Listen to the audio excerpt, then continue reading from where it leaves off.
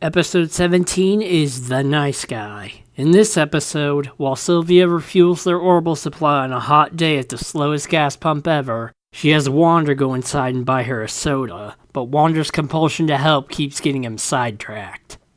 Yeah, that's the plot.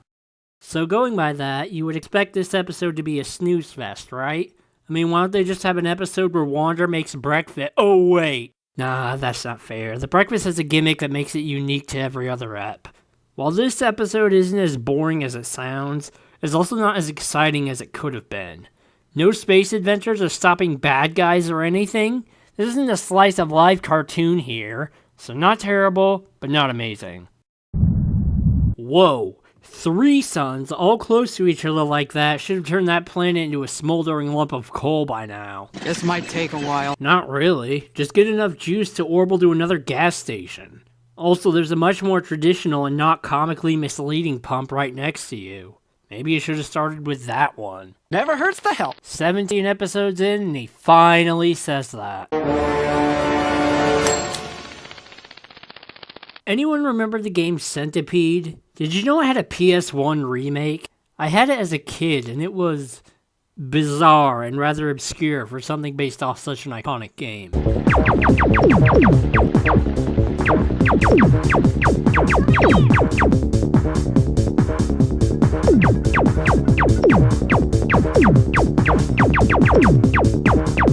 It even had a freaking story to it.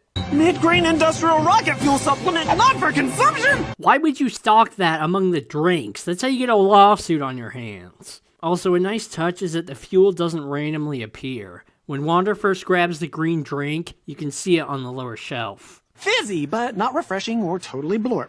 Excuse me, fine sir, but I came here looking for a bottle of Thunderblast for my heat-stricken friend out there. But then I held the door for a very long man while another man with the trunk took all but the last bottle, which was taken by the long man. Then I tried to find a replacement, but couldn't. Can you please use your considerable expertise to help me find a similar beverage that might be perfect for my parched pal? I don't know, man. Fountain drinks. I like this clerk guy because he has the most realistic reaction someone would have if a guy like Wander showed up to their workplace. Is it okay if I mix some of these together? Or is that frowned upon in this fine establishment? Yeah, man, it's fine. Are you sure?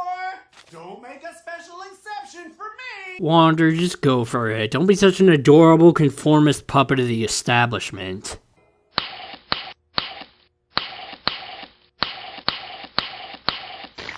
Reminds me of that potion minigame from Paper Mario's 1,000-Year Door.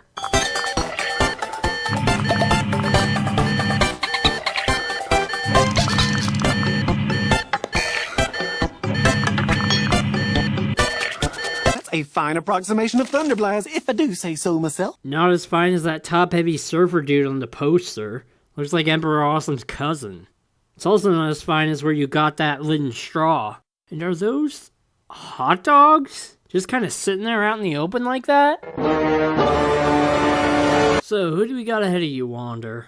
A purple thing with emo hair, a snail with a bicycle seat for a saddle, face with limbs, hair on its back, an upside-down nose, and a gaping mouth with a huge tongue on the top of its body, some weird version of Yoda, the lower half of a body, a generically cute thing, a Scottish seahorse, a blob of uncooked hamburger meat, a mushroom with an owl and a beret on its head, a freaking nose that flies with jet flames shooting out of its nostrils, an upside-down triple ice cream cone with cherries for legs, a butterfly that may or may not be in line, an even more generically cute thing, Bill Cipher flower, a hippie in a Karibo shoe, and at the front we have the greatest character on the show, the cheese. Careful of the you got it. If that crooked mat is bothering your soul so much, Wander, then help out by straightening the damn thing.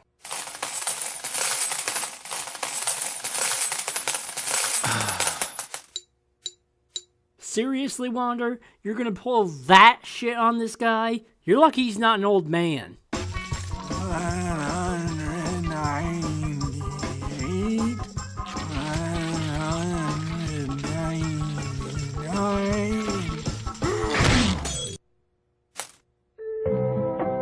Can we move it along? I'm all out of time cards. And that's the same time card as from the hat. No, I can't. What if somebody else needs those coins more than me? Seriously, Wander, stop being such a tool. Did anybody lose a penny? No, and you're pissing off the blue flower guy with his eyes over his mustache, and you're surprising the green guy in the latex suit with the little umbrella on it and the left eye that's sticking out of the side of his face. And I'm pretty sure the athlete dinosaur thing with a hand on top of his head and a headband over the top of his left eye just broke his neck to look at you. So just buy the damn soda and— Hey, you found my penny! Thanks! Oh, never mind. The weird dopey vegetable dude lost it. Well, at least the rug is fixed now. Anyone else? Yep, the watch-wearing hairy gross pink pincher thing did. So who's in line this time?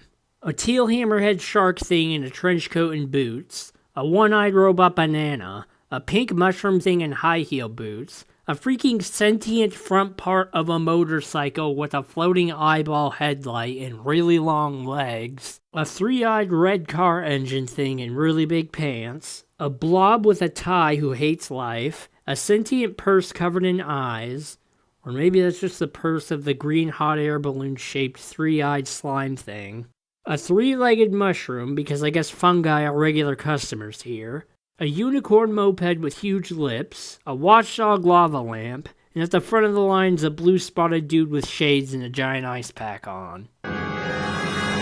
Lil Bits, is that you? Cashier, I need to purchase this purple jelly, this length of hose, and these chili pepper refrigerator magnets. It's an emergency! I'm sorry, sir. I'm not actually— What sort of emergency don't you understand? I need your help! Addicts going to a pharmacy to get their fix be like, $2.50 for jelly.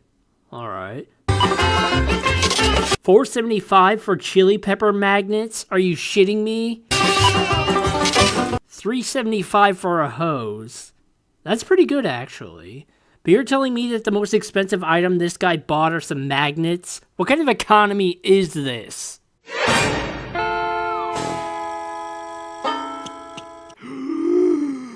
Let's do this!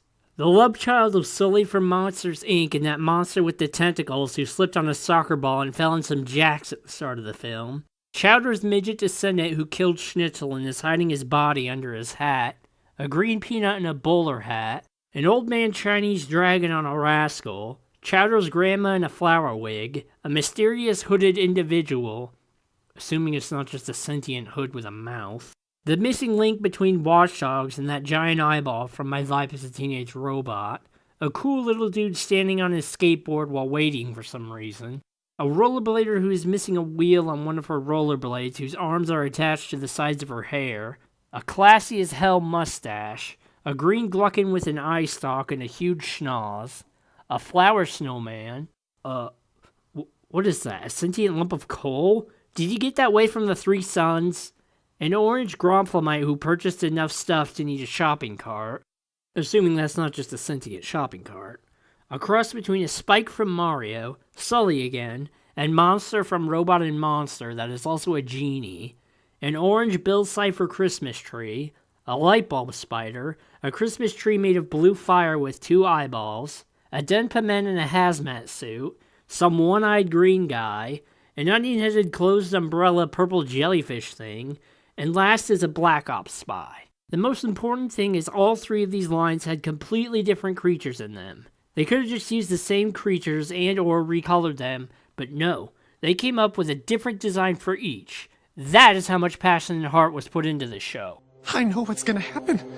I'm gonna turn around, there's gonna be another huge line, and something's gonna happen that keeps me from getting Sylvia her Thunderblast drink! Shh, Wander, stop figuring out the plot. You aren't supposed to be able to know you're in a cartoon. Oh no, the man! I thought that mat was straightened up. You gonna help clean that up? Even the cashier is catching on to the plot now. Wander, stop procrastinating by mopping floors and just go write your essay. Huh, a bottle of Thunderblast. A bottle of Thunderblast! That's been behind the shelf for God knows how long. It's gross. Finally. I kind of thought you were gonna rob the place. No, Wander's crazy, but he's not that kind of crazy. Never hurts to help. Good to see Wander's exciting adventure here at least racked up some good karma for him.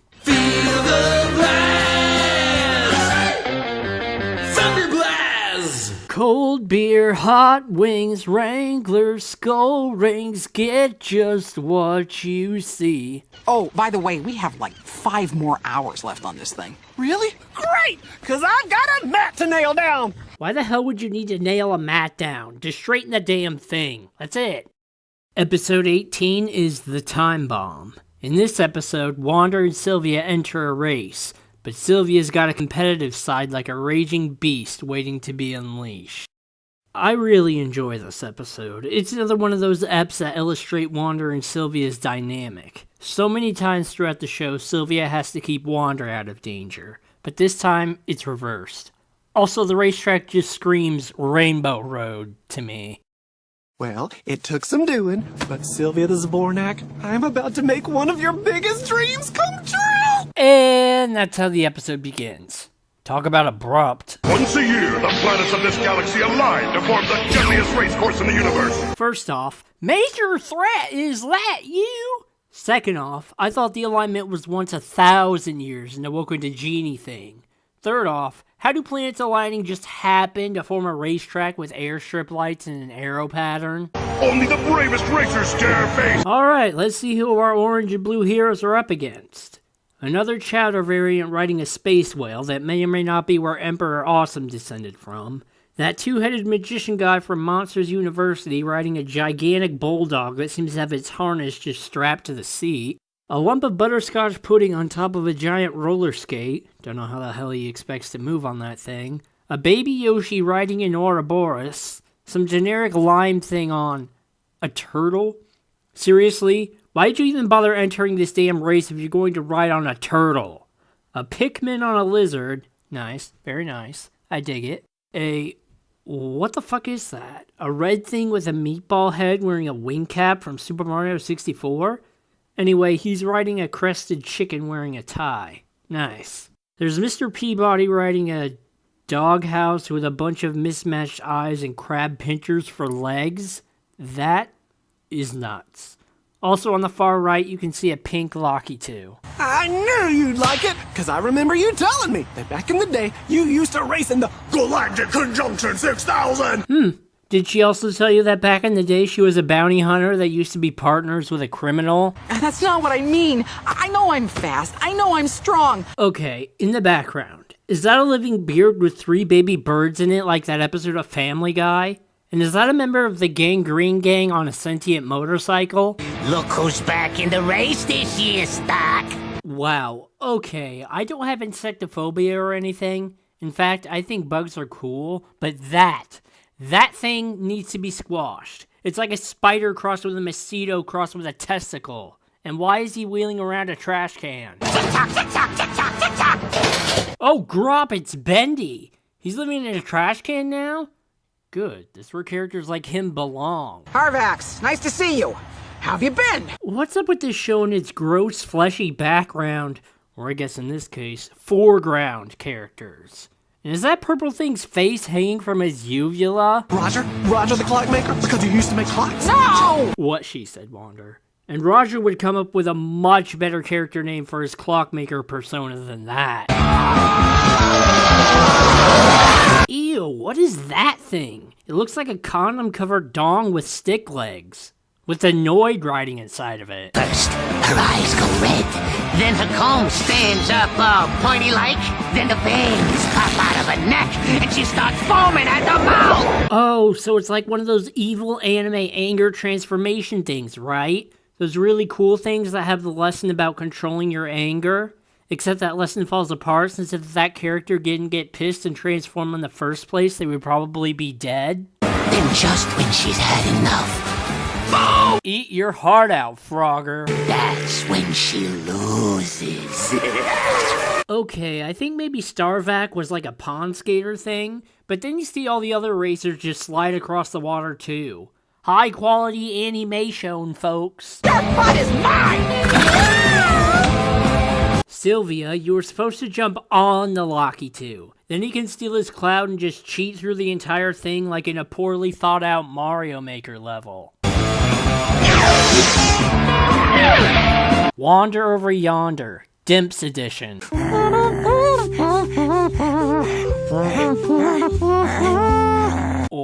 Or you could just take out your banjo. Pardon me, ma'am. Oh no. You can't blame her for getting pissed, Wander. She got passed by a fucking turtle. A turtle! I'll overstep your bounds!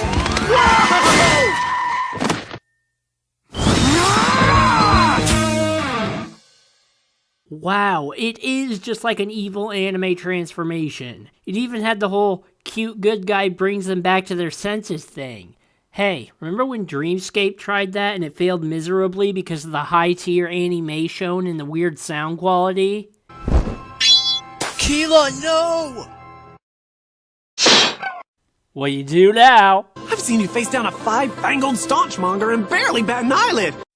I'm going to assume that's a good thing, right? No, I'm beyond help. Addicts be like, Except that one! alright, luckily they recycle the same few guys for this one.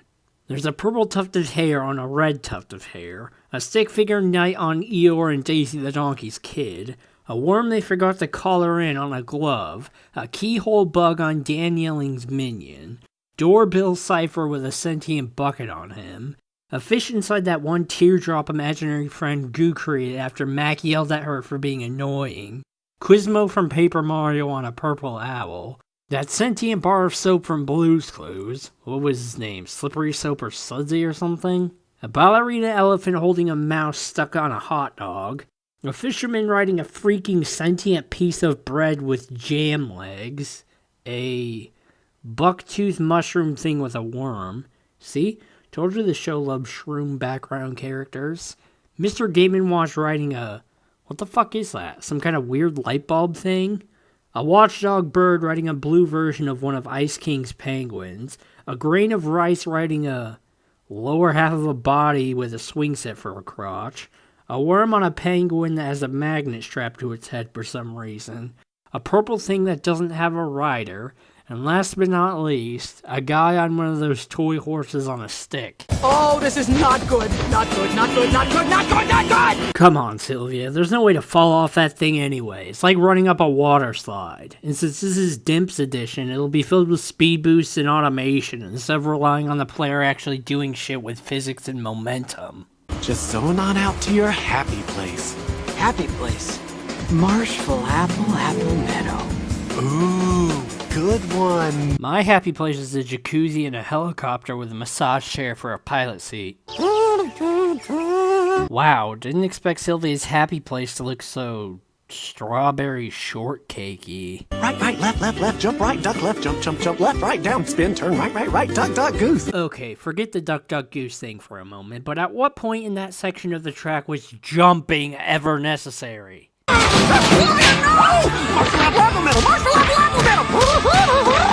Yes! Get him, Sylvia! Kill Bendy! Destroy him!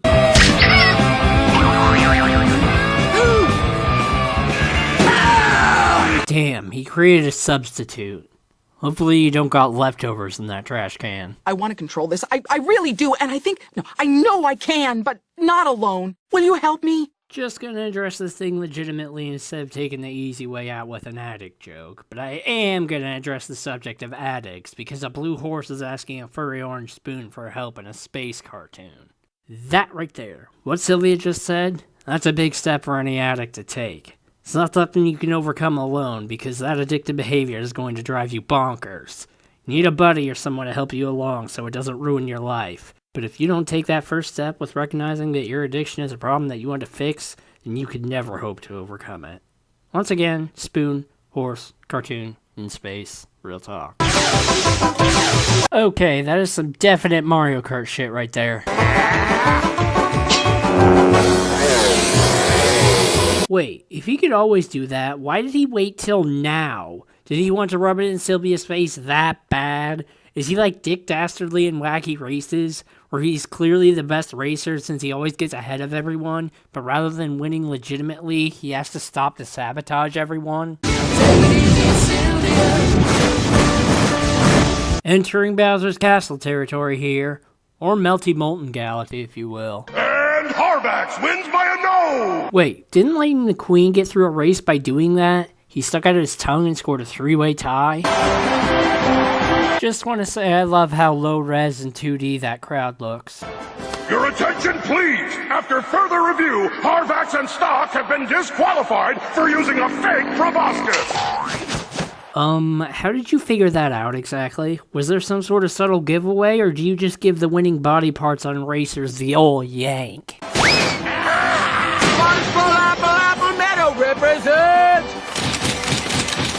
Well, now that we've got your temper under control, we'll work on you being a sore winner next. Hey, they deserve to be knocked off the platform. Them two is dicks. There ain't no doubt about the power of thunder. Picks you up when you're feeling under now. So refreshing and oh so fizzy, yeah. Consult your doctor if you're feeling dizzy. Feel the blast. Thunder, thunder, thunder blast. Feel the blast. Thunder, thunder, thunder blast. Feel the blast. Thunder blast. They took that song and actually made it look like a cheesy 80s advertisement. That's brilliant. Doesn't make me want to try a Thunder Blast, though.